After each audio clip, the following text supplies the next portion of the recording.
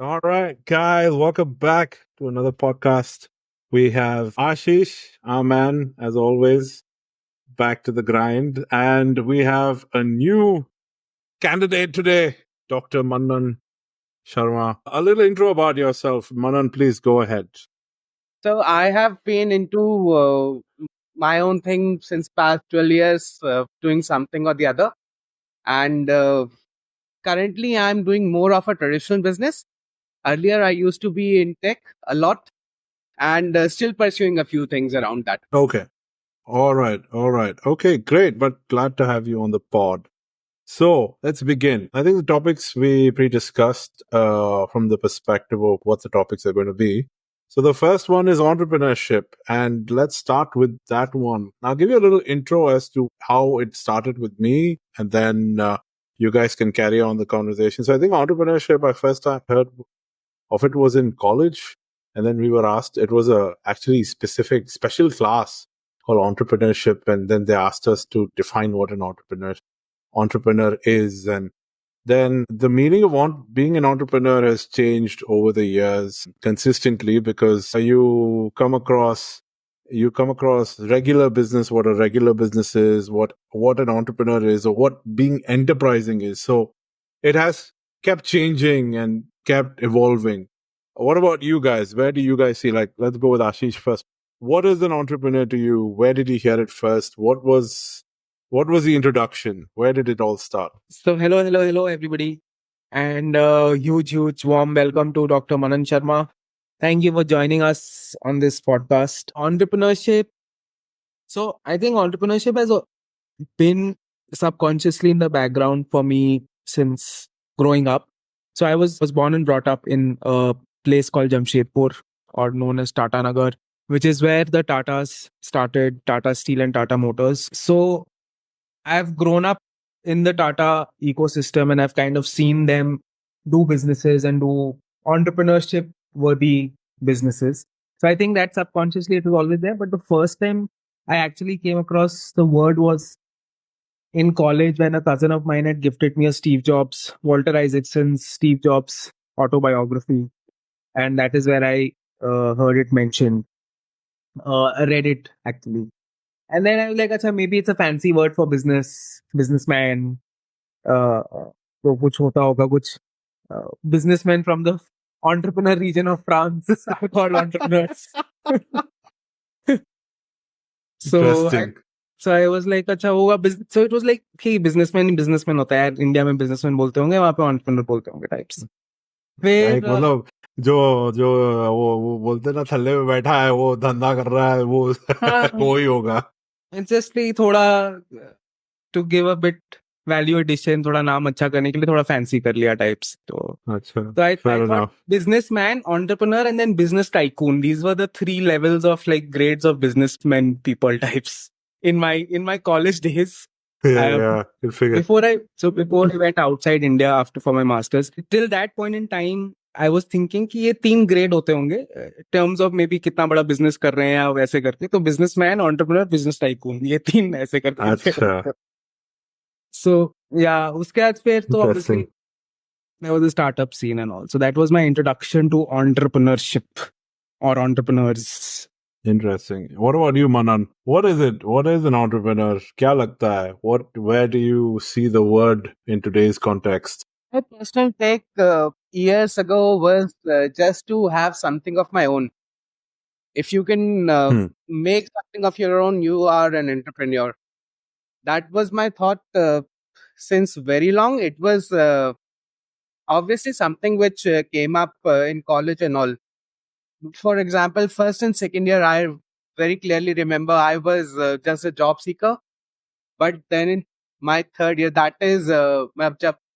was the time जब कीड़ा काटा. कीड़ा. Of the bit. Yeah. वो सबका एक कीड़ा काटता है, for sure.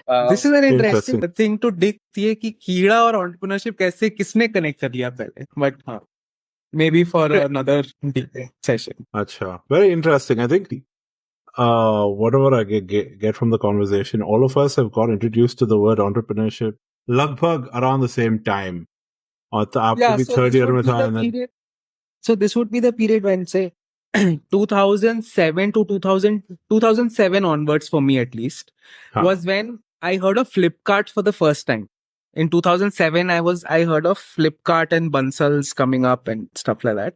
And that is also like the first real life entrepreneur, Indian entrepreneur example that was popped up. And I was in Bangalore in college, and then Bangalore mein Flipkart ban raha tha. So it was all the more heady. That was a heady time for Indian entrepreneurship's ecosystem. Startup kar rahe the 2000. So I think being of the same ecosystem, a peer group, I think we all came across in the same time frame. About the entrepreneur. It was getting hot in India at that point in time. Yeah. I think I agree with that one. I think for me, continuing from where I left off was entrepreneurship. I heard, of course, again, as I said, in the second or third year of engineering. But what was very interesting was when I figured out what entrepreneurship is, then I'm like, shit, this though I know. This though I've always known. This is what is new about this. Like the idea of trying to solve a problem and making money off that is what entrepreneurship is. It's basically called enterprising, to make it more fancier, it's enterprising, right?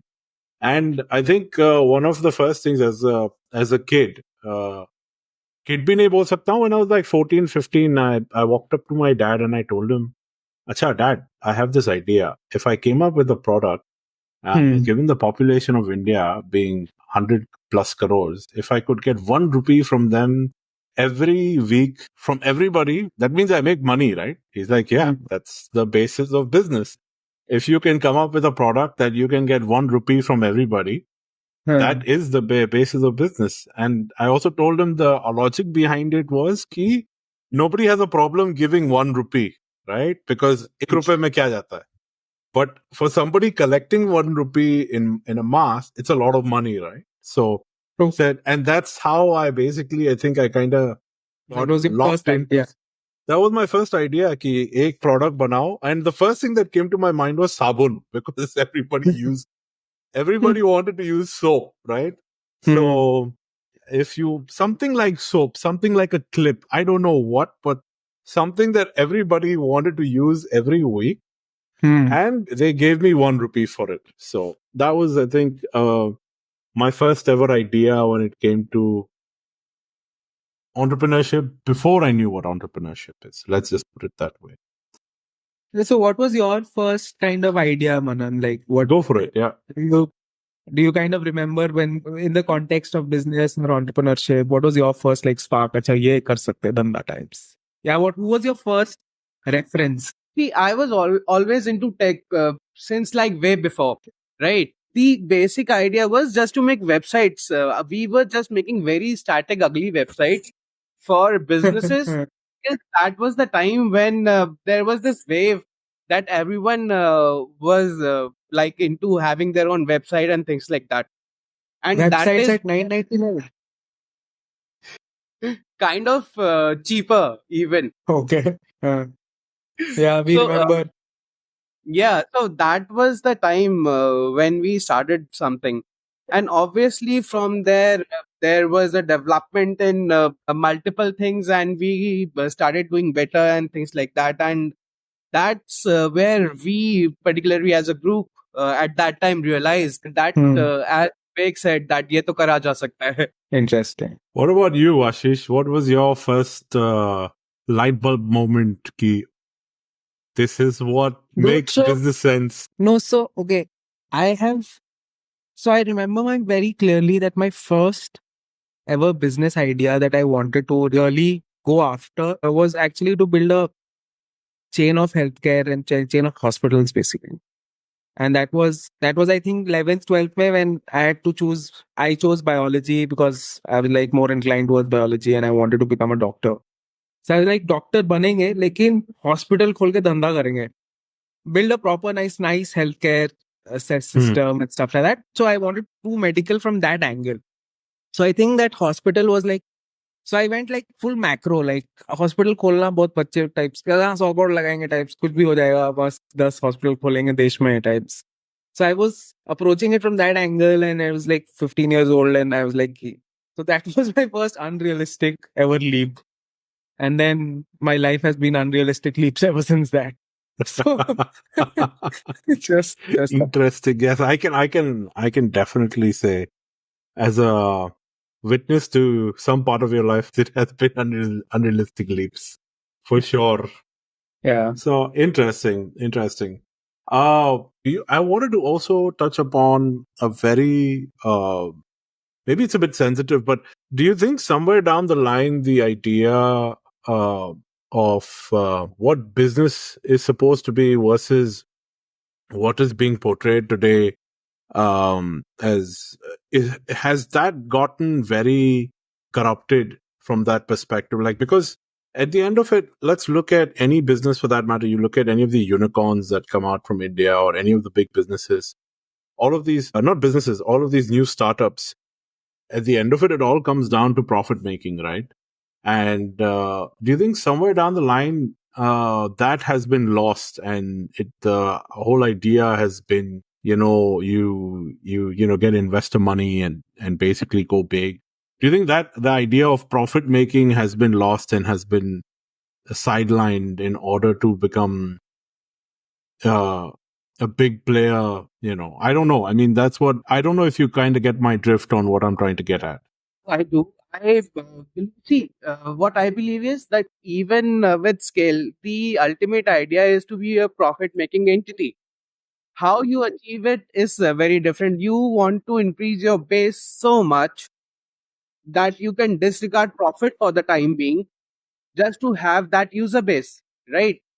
That can be the idea of some of these highly VC backed firms, as I believe that the drift is. But again, the final point is to have profit. It is just various ways to achieve profit. Either you go profitable from the very beginning, but people have also realized that that is a very slow growth trajectory, right? So that is just one thing, to have a lot of money with you, run at maybe slight loss or sometimes a very good loss to increase your user base, and just go from there towards the profit making So, part. yeah, but so how many of them usually convert? I mean, a lot of startups I've heard, they've just basically gotten lost. I mean, unless and until you can consider on the international scale, you consider Uber, which was a unicorn for the longest time, and then they started becoming profitable. But uh, is that formula actually viable for everybody? What I'm trying to explain is, now, if you take somebody who's a young guy who's probably in his 20s, and what is the one thing you'd like to tell him, explain to him ki ek to hai, either you try and go for the big gamble, or you try and figure out ki, okay, you know what, I'm going to set up a business, I'm going to manufacture, trade, do whatever I need to and make my profit, and then slowly grow from that base. That means mera ghar chal raha hai. I have my own business, I have my own terms, but mera ghar chal raha hai. That means today I am taking, from my business, I am taking 50, 60,000, 1 lakh rupees home. Tomorrow I will try and see if I can do 130, 140, 2 lakhs.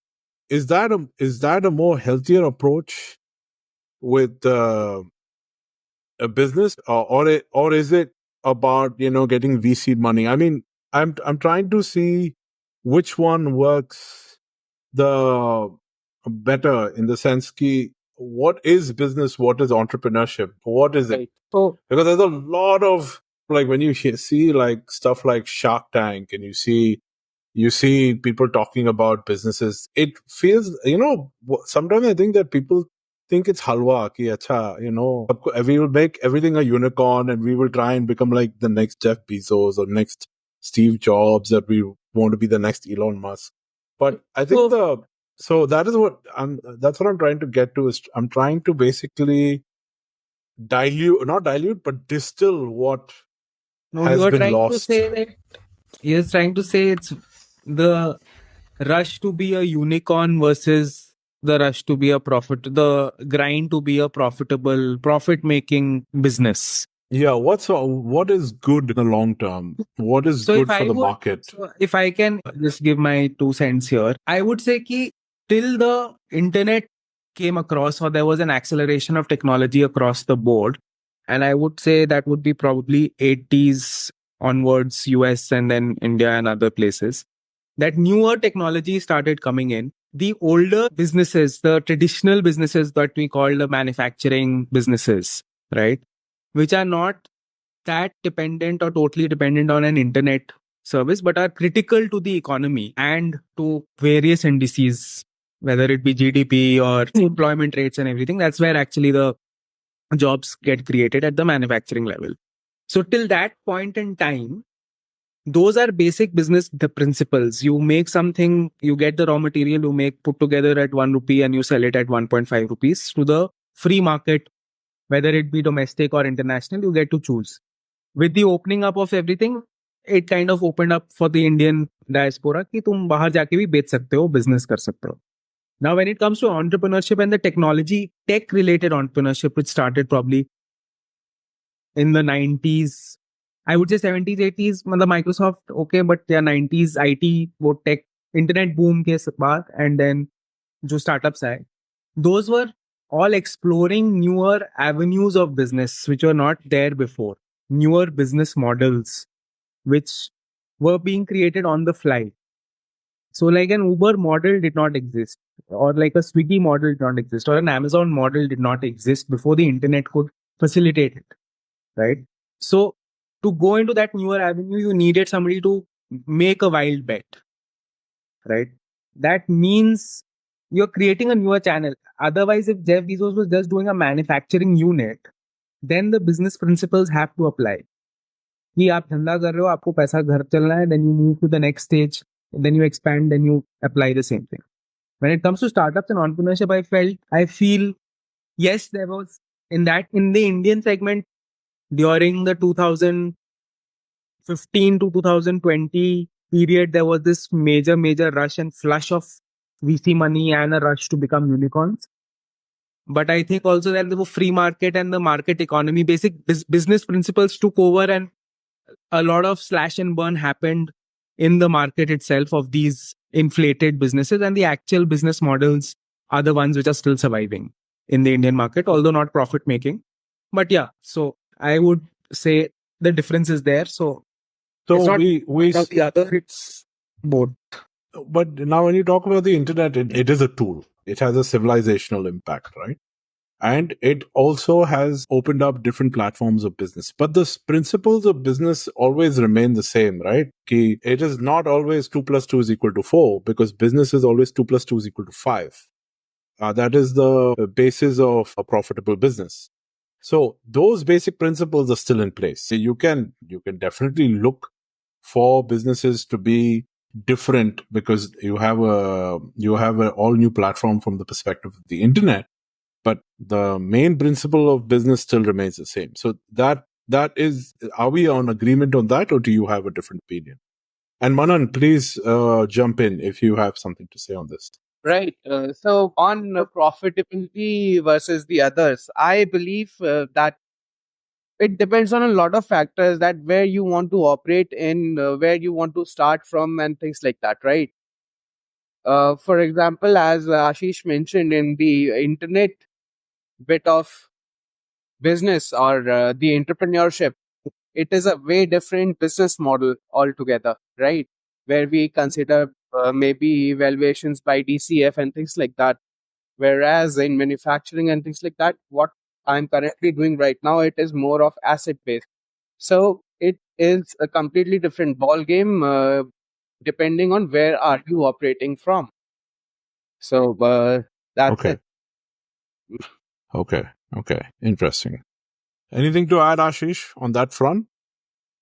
No, sir, I would just say कि वो ultimately the business has to operate on the business principles. That's what I'm saying. कि वो free market, the market will take over the business. It will ultimately the fittest will survive, and the business principles जो set है in economy, finance principles पे कि आपको ultimately you have to cover your overheads, you have to make a profit margin, you have to pay your taxes, and then you have to still make a profit based on the projections, based on the market. You still have to beat. All of that has to happen. But with the entrepreneurship, I think because it's a new business model, there is a larger gestational period of that business model versus the traditional manufacturing where the business model is set from like the early 1800s or whatever कि आप barter कर रहे हो उसके बाद फिर coin है उसके बाद जो भी है but यहाँ पे gestational period to get that startup or tech based business model to a meaty enough level where it is then let out in the wild of the free market ki ab now you have gained enough critical mass to go fight it out. To get to that critical mass, it has to be fed. And that feeding is done by VCs. And I feel ki, yes, I'm like, there is always this ki, there are network effects and who gets the money. Obviously, that has become very clear. Ki, even then it was ki, the IITs and the IIMs guys were always the ones, or it was a certain section of, say, the Bansals or all of those guys getting and their network getting. But that's also, again, a network effect. It is in place everywhere. So that's what basically my addition is there. All right. Now that's interesting. I mean, yeah, I mean, more or less, I think on that front, things are a little bit more clearer because I see a lot of the young entrepreneurs, they get into this thinking, it's always about going big and VC money but people forget that at the end of it, there needs to be some sort of end game. There needs to be profit. There has to be 2 plus 2 is equal to 5, not 2 plus 2 is equal to 3, So there is always this thought. See, I'm not saying that people are coming in just for the VC money. They are conscious enough to know that they have to be profitable at some point of time, if not initially. So even like young people that I have came across, and specifically recently, I would say since 2021 onwards, they are quite clear that how their model would work, how their model would scale, and how that scaled model would be profitable. Okay, not necessarily each model will be profitable, but their scale model would be profitable. I can even give you names if you want, who have turned up well in recent times. Okay. Other than that, see, I'll give you another example. This is with me. Couple of years ago, again, I had decided that I will not do a SaaS product. Okay, for example, like any software as a service product, because I was seeing that there was way too much grind and way less profitability. So that's why I had dropped all my SaaS plans. And I believe in past 2 years, you have not seen any big SaaS company come up. And similar things have happened with other people also. And people are from the very beginning are quite clear that they have to be profitable at some point to survive, at least in past 2-3 years, for sure. Okay, that's refreshing to know. I mean, you always get bombarded with, at least in the last 5-6 years, everybody talks about being big, and getting VC money is something that has become like a fashion statement. I think it's refreshing to know at least the people that you have come across understand that Bodhana, at the end of it, it has to be about profit and what you take home. So that's really refreshing to know. And then, okay, so now let's shift a few gears here. Now, what do you think with our newest entrant, AI, kicking the bucket? Let's put it that way. What do you think? How is that going to play out? What do you guys think about AI? Kicking the bucket means dying. I know, but I'm saying it's probably killed a lot of things in the process, right? So no, not necessarily. It saves you times. It is a supporting tool. At this point, it is not yet at that point. It can take over anyone. Okay, it is just a support tool. What I believe. Also, this can be a bit controversial, but what we have right now is not actual AI. This is my point. But maybe with time, when we move from this narrow AI structure to a more generalized AI structure, we can expect something more. Yeah, so agreed on the point that like these are basically just LLMs or large language models which are being trained on some context rather than actual predictive or But yeah, we are getting there. It's exciting times. It's exciting to see all these tools happening and all the. It seems surreal because we grew up like reading a little bit about these artificial intelligence कुछ आएगा या Terminator में देखा था कि something from the future. I still remember reading 2001 Space Odyssey. I had not seen the movie at Right. that time. So हाँ, lines was like यार कितना बढ़िया होगा अपन ये बनाएंगे ठीक है but we Right. will add more kindness to us I would say.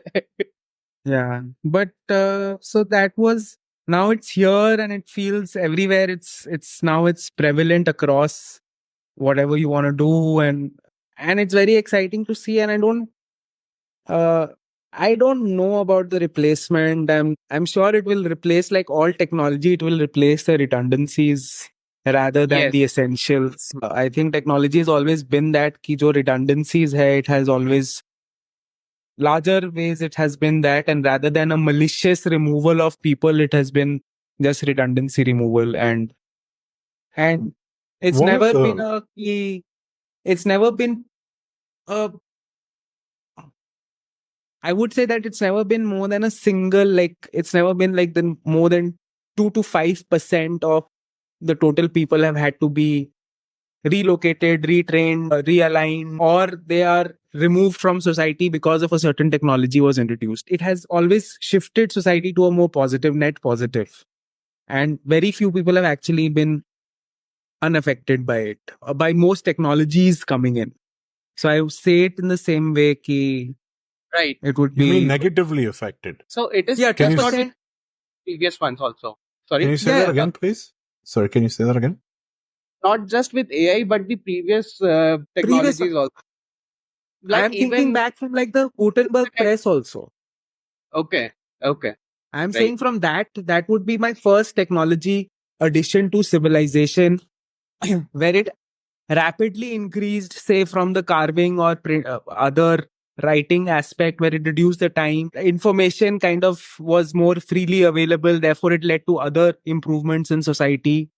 But it, जो भी लिख रहे होंगे या वो कर रहे होंगे, they weren't like कि अब लिखना छोड़. The whole civilization was involved in writing. It was just 2 3 people, and then the steam engine.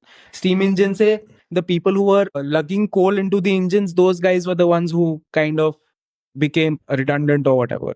And then the electricity came in. So I would say ki it's not a paradigm shift, ki there will be a societal changing or GDP changing shift, negative Right. shift because of this. Just a new advent of technology, just a new Hmm. technology has came in and it will be a net positive. That's what we are saying, Ashish, right? Yeah. That's what I'm saying. Also, So, I think it's around 15, at least 10 15 years still in the process where it looks at major removal or substitution of processes or redundancy removal and stuff like that. We are still in a very early stages of it being a technology and we being adapting it or it changing businesses as such. Mhm. It's still at a very superficial level. We are just chatting with it right now and stuff like that. So that's the yeah. kind of thing. Let me give you what I think as an observation from what I see. Now, one of the core things about the industry even today is even if you use software, which was probably when we first developed the idea of an app or anything to do with software that made life easier, you still needed a lot of people to enter data. I think we still, to a certain great extent, we still required people to enter data so as to be able to compute and analyze and give us results. I mean, if I had to simplify it, even in today's day and age, right? So, from that perspective, like the data entry jobs, I think somewhere down the line will get affected for sure. I think that is something that, like, for example, I give you a live example. We still receive a lot of invoices in paper form or email form or PDFs and all of that, right? So somebody has to sit down, put all the information. That's why you have an accountant to sit down and put all the information in your or account for them, basically. Now, I have been playing around a little bit with it. That basically I take this PDF, I put it in a chat GPT and tell them, okay, pull out all the data, put it in a table form or in a form that is viable for my accounting software, and it does the job. And basically, I download it and upload it. That's about it. So that part of data entering that's still very prevalent today, that is definitely going to get affected. And a huge chunk of people, I believe, are still in those jobs or are in those in that space, like a basic accountant. Even in today's I'm sure in companies in India, you have a basic accountant who does this. They don't do anything other than data entry. They just understand data. Okay, this is a receivable. This is a payable. This has to go here. This has to go in this column. All of that is now taken care of by this LLM. And it does a decent job. I would say out of 10 times, I think once it made an error trying to get the invoice number. So there is a bit of verification in the mix that you would have to verify. But otherwise, it does pull out all the data that is required for you to upload onto your account software. Let's just giving you one example. And I've been playing around with it in so many different ways. Whereas now the other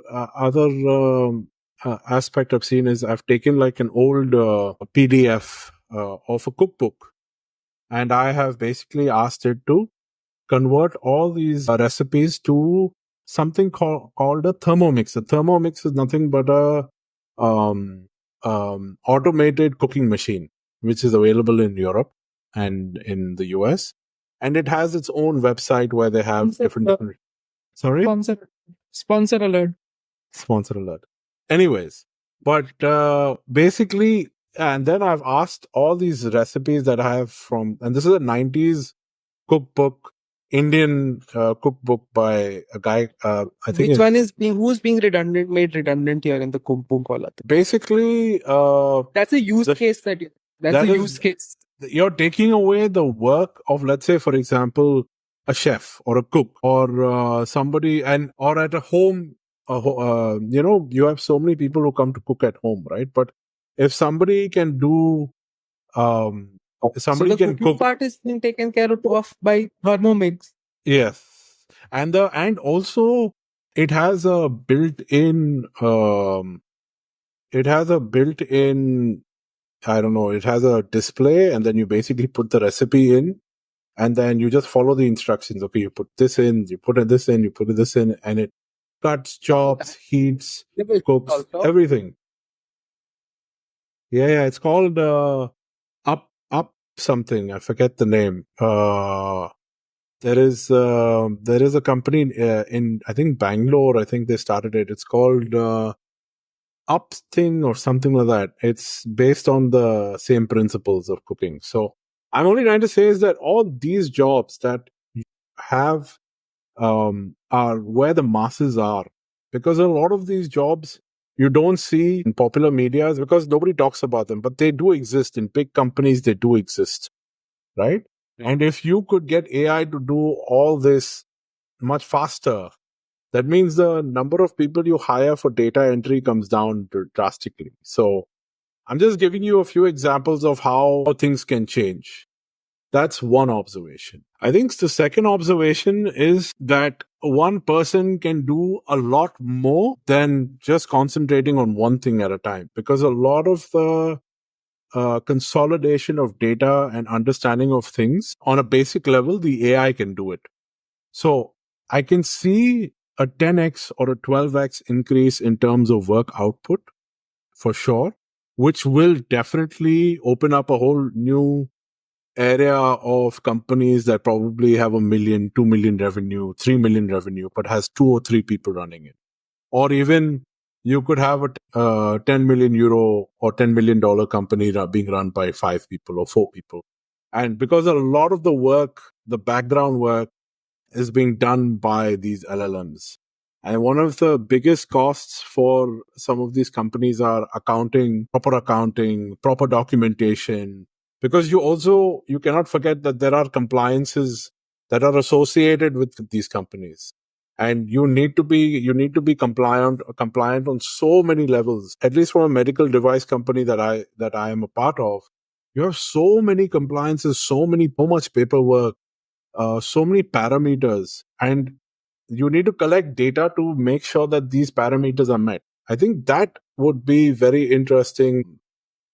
That would be very interesting to see how that changes. So, but that makes up a big chunk of it, because you need a lot of people to collect the data in the right way, in the right form, and be able to present it, or else it doesn't work. So I think that is going to be very interesting. Manam. So it's a better, a more efficient entrepreneur in the end, right?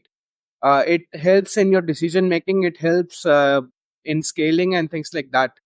Obviously, automating redundancies and going in that direction. Yeah. So how much Yeah. decision making have we offloaded to AI models?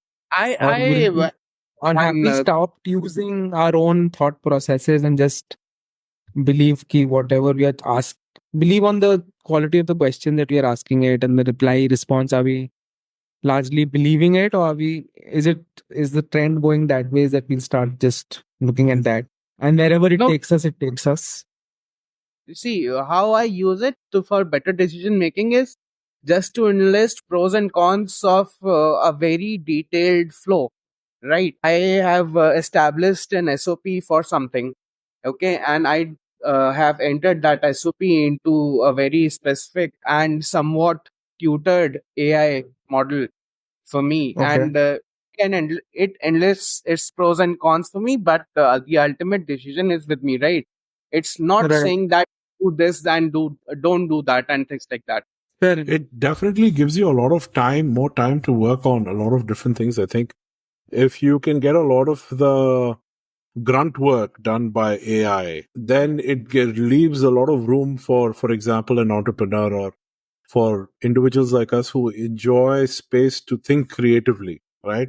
Unless if you get bogged down with paperwork and compliances and ISCO and doing that and doing this, then you don't have the time to sit and think about things that could help you improve your business, or So you improve your. so on your aspect of saying ki tying in with this, making a large chunk of people losing jobs, the jobs getting changed or roles getting changed, I would want to add one thing here, that so this stems from a discussion that I was having with another friend a couple of days back, on where we see technology moving, or a certain aspect of technology moving towards it.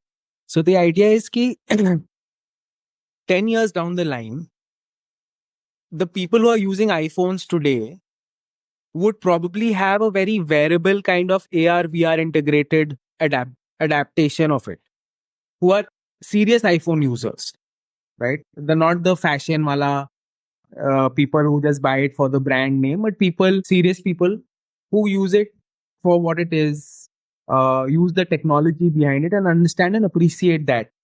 So I'm talking about those first adapters of the technology guys. So for 10 years down the line, they will be moving there, right? But that doesn't mean that the whole pyramid moves there. आज जिसके पास Oppo, Vivo वाले phones हैं, 10 years down the line, they will move towards an iPhone. They wouldn't move to an AR, VR kind of technology, right? So the whole pyramid doesn't move towards, it trickles down. It doesn't paradigmly shift towards a paradigm shift altogether. It's just the top of the pyramid. You being on the, so technically we are on the first 1% of, if we see the Indian national thing or the global thing in terms of education or pay, purchase, whatever. So we are the top pyramid, but the larger chunk in your data entry example, right? Yes, today it has become ki upload kiya, extract kiya, ye ho gaya. It's worked for me also, right? But then data entry has been evolving since Excel has been evolving, then Google Slides, and then when the phone started scanning the whole thing, कि आप image को scan करके या PDF physical thing को scan करके PDF कर सकते हो. All of those technology changes have been happening over in a compound way. It's not like suddenly we have an upload mechanism. we've had a scanning and upload mechanism 6-7 years पहले से कि आप PDF scan करके you can upload it in a soft copy kind of thing. You can do a lot of things from that. So data entry jobs, yes. Again, the a change like AI needs a handshake on all levels of the ecosystem of a business. So only one aspect of people adapting AI and not the other handshake happening will not happen. So here in India, for example, the government handshake with AI will take some time on all levels to percolate. So even though a I think business might be AI automated, I think governments will take a lot of time to even come to a point where they are okay with using yeah, क्योंकि अभी तो लोग वही using Excel भी Let me give you an example from India because I was involved indirectly, but involved in this particular thing when we did the G20 meeting. There was a lot of AI being used. I'm just giving an example, and I believe at least our government is, at least the national government is quite open to a lot of ideas nice. regarding. So, for So example, can you give us some examples of how it was used? so simultaneous translations were happening through AI in the Nice. entire G20 structure, wherever possible. Even so, from your conference or the meeting rooms to your drivers, which were using the G20 app to have translations done. Okay, Interesting. so that's a very good example from at least our government. A very good Interesting. initiative. And it is just not that that we have used AI So in. was this done by an Indian company? Matlab, was Yeah. this tech supported or was this how was this?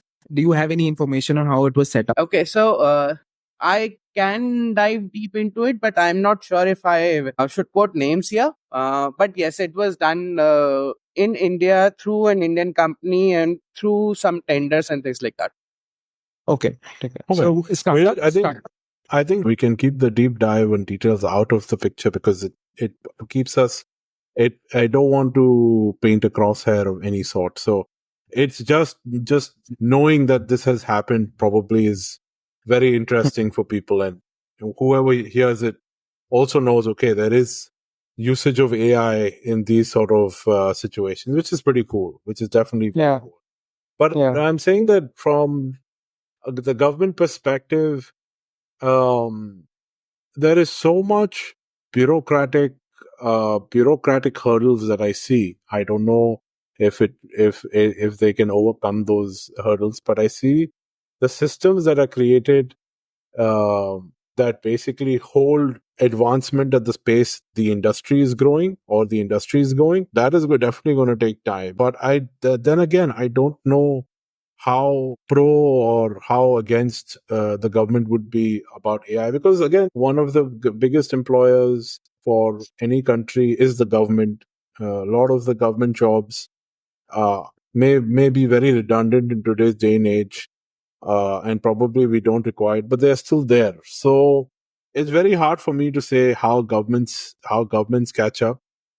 Maybe in the next 10, 15, 20 years. But the industry-wise AI adoption, I think, is going to be very interesting to watch out in the next 4-5 years. And not even, I wouldn't say, not even, we, as Manan explained earlier, this is not general AI, right? Like it does not have it does not think for itself. It's just an LLM. But the technology that is being brought forward via this LLM or this technology itself is definitely a game changer when it comes to industries, because they are all looking to make a profit. They're all looking to be more efficient. They are all looking to pivot. So this would be very interesting to watch out and how it's going to change the dynamics of the game going forward. So that's something that I would definitely have an eye on from where I'm sitting. Yeah. So that's, I think, my 2 cents on the whole. Anybody else want to say something on this? Please go ahead. No. So it again saying it's just a tool. It makes you more efficient. It does not replace you. Even like in things like programming and things like that, where people were crying out that these program generating models have came up, they will take their jobs. You cannot So these are just like these AI models are just like fancy search engines for the time being. They cannot replace people, so they cannot learn to learn for the time being. Okay, so until that happen, everyone is safe. I don't think I think everybody is safe generally because these LLMs also they are not difficult to use, right? It's like talking to someone in a certain sense. It's like I suck at programming. I am not good at all at programming. I cannot program to save my life because I've had a problem. I understand the logic behind a program, how they make a program, how they set up a code, but I just cannot get around the syntax. I basically completely mess up the syntax. उस syntax याद करने के चक्कर में पूरा logic का उल्टा पुल्टा हो जाता है. So I've always had a problem with syntax. But with the LLM, where I can just say, okay, you know what? I want this in this order, this in this order, figure it out, and it does it for me. I think that's a game changer for me personally. I don't have to sit and code it. It just happens, which is very cool. I mean, it took away the fear of programming, at least for me. So, yeah. I believe that you can do smaller bits of programming in it. I'm just sharing my experience because I've tried a lot of things, even with things like Claude and all coming in. They cannot do even intermediate level of programming. I think you will have to develop code. For example, when you take one app, you will have to have different sets of codes. Right? Chota chota, you'll have small codes and then embedded in another code and then codes, and then that's how you create an app, right? Yes. So if I understand the logic right behind apps and softwares, different softwares, there's all code behind it, right? So for someone who does basic stuff and probably needs organization in a certain way, data in a certain way, this is definitely a great help. I don't have to sit and code it into let's say a Python or a C++ to give me data the way I want it. It does it for me based on what I tell it. And then I explain to it, okay, this is not what I want. This is what I want. And then I could train it to a certain, like what you did already, right? So it's coding, but it is using human language, human English language to code, or even you could use a different language, but it's using human language, which I think is a definite plus up or an advantage. So let me add one more thing. So you see this blur filter behind me, right? yes. This is a code that I generated with Claude 3. Nice. Oh, wow. There we go. We already have an AI user here. Yeah. So, and just wanted to add one more thing to the mix. And we talk about these general LLMs where we have just ChatGPT, Claude. We have, what is that called? From ChatGPT, there's a sister, this one, right? Sister AI, which creates images. What is it called? DALI? Yeah. DALI. DALI. Yeah, DALI. And then there was Mid Journey, that was also pretty good. What I am actually also observing a lot of companies which are high tech. For example, especially in the pharmacology department. Me and Ashish actually were looking at AI companies during COVID, and we were seeing which stocks to invest in. There was this one company that was called Schrodinger AI, and they had Schrodinger, and what I find very interesting is that they're using AI to map out what molecules can work together and what don't. Quite big in protein generation, right? Yes, I think so. So I won't be surprised if you see very nicely that plus AI generative model plus AlphaFold plus a CRISPR model would in a same setup is a pharmacological orgasm for me. Yeah. I'm just trying to figure out how to get all of these three going because I think that is a leap forward for the pharmaceutical industry basically, which has been lagging behind in terms of all of this. So, but I haven't been able to try any of them out or get access to any of them. So if any of you have tried any of these specific AlphaFold or CRISPR, I have experience with working. Yeah, I can help you in CRISPR. I can connect you to people who run CRISPR generators and things like that. CRISPR to lab mein I had worked on, but now obviously it's become better, cheaper, faster, and everything. So I would love to have a go at it again. But yeah, AlphaFold and thing tie up, that's a business model right there, bro. That's the So, business model. so I think that is something that I find very interesting. I mean, I don't know how AI plays a role, but they are very actively using AI or some form of it to basically accelerate their business models or their offerings. So I find that very interesting. I think the most interesting bit about the pharmacology industry, I find that they are doing AI generated models where they are, as I said earlier, trying to put two molecules together and trying to work out the permutation and combination of which works, which doesn't work, and then going in for testing, because earlier, if you had to combine the two molecules, you would have to test it and then you'd have to run it through certain parameters to see if it is viable or not. So I think that is something that is very interesting that it can do it.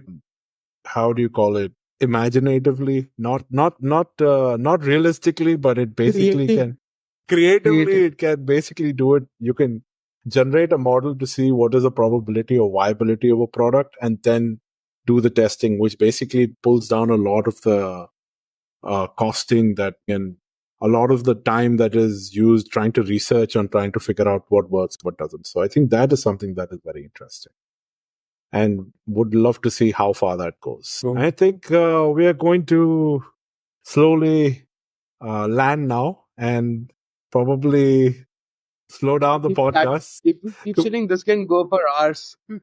Yeah, I think this is a good start as to how things look. I think we had discussed earlier.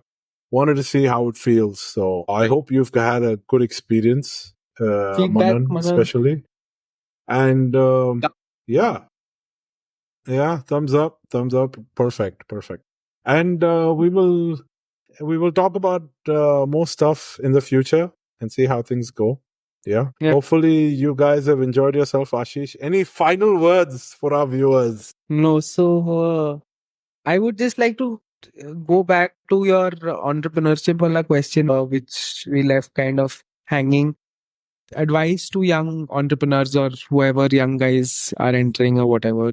So I would just want to uh, loop that in here as a final send off. Key after suffering through everything I am and being rewarded for it also in good ways. My only 2 cents would be to people who are starting out, and that's a selfish advice also. You just go ahead and do anything and everything that you want possibly. Don't think about business and just go ahead and do it. And my selfish reason is that everybody who's jumping into the entrepreneurship pool is just kind of stretching out the pie in some way or the other. Either it's in terms of market, in terms of business, in terms of awareness, in terms of ideas. Just so there's no set structure. So just keep extending the pie for all of us kind of situation for me. So selfishly, I would like to keep pushing as many people against. What's your 2 cents, Manan? We'll come to the AI part again, that it can make your entrepreneurial journey very easy and efficient. Just use it smartly. Right. On that note, I will give my 2 cents and then we will close the podcast. Entrepreneurship is it's like driving with no road.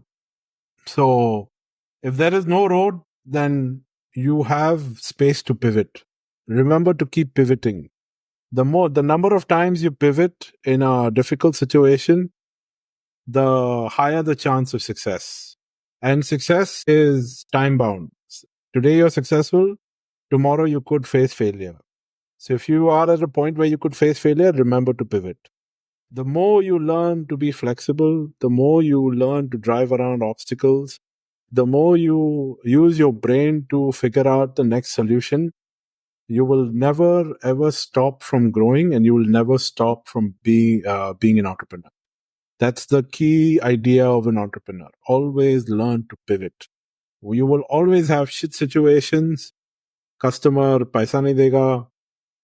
Suppliers can be difficult. Always look out for how to make things more efficient, Always learn to swallow your pride and ego, keep all your emotions aside. Be professional. And as I said, learn to pivot. जब धक्का लगता है, so how to use it to your advantage is on you. Today, if you're selling samosas, tomorrow you will have to sell kachori. So be it.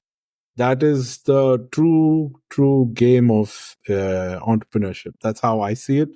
That is from my experience. And I could also give you a few examples with the coffee business, which we had. 2 cents, 2 cents. Yeah. So that is 2 cents, 3 cents, 4 cents. It all comes down to 2 plus 2 is equal to 5, baby. That's how we do it. So this is it, boys. It was fun. I think the first podcast for you guys, especially for Manan, it's a little tricky, but I think you've also gotten into the flow of it. So next time, I think we will have a more extended podcast if time allows, and we see how it goes. Yeah. Cool. All right. Thanks, guys. Have a good one. Cheers. Thank you. Manan, See you on thanks the other again. side. It was great adding you to the podcast, and here we go.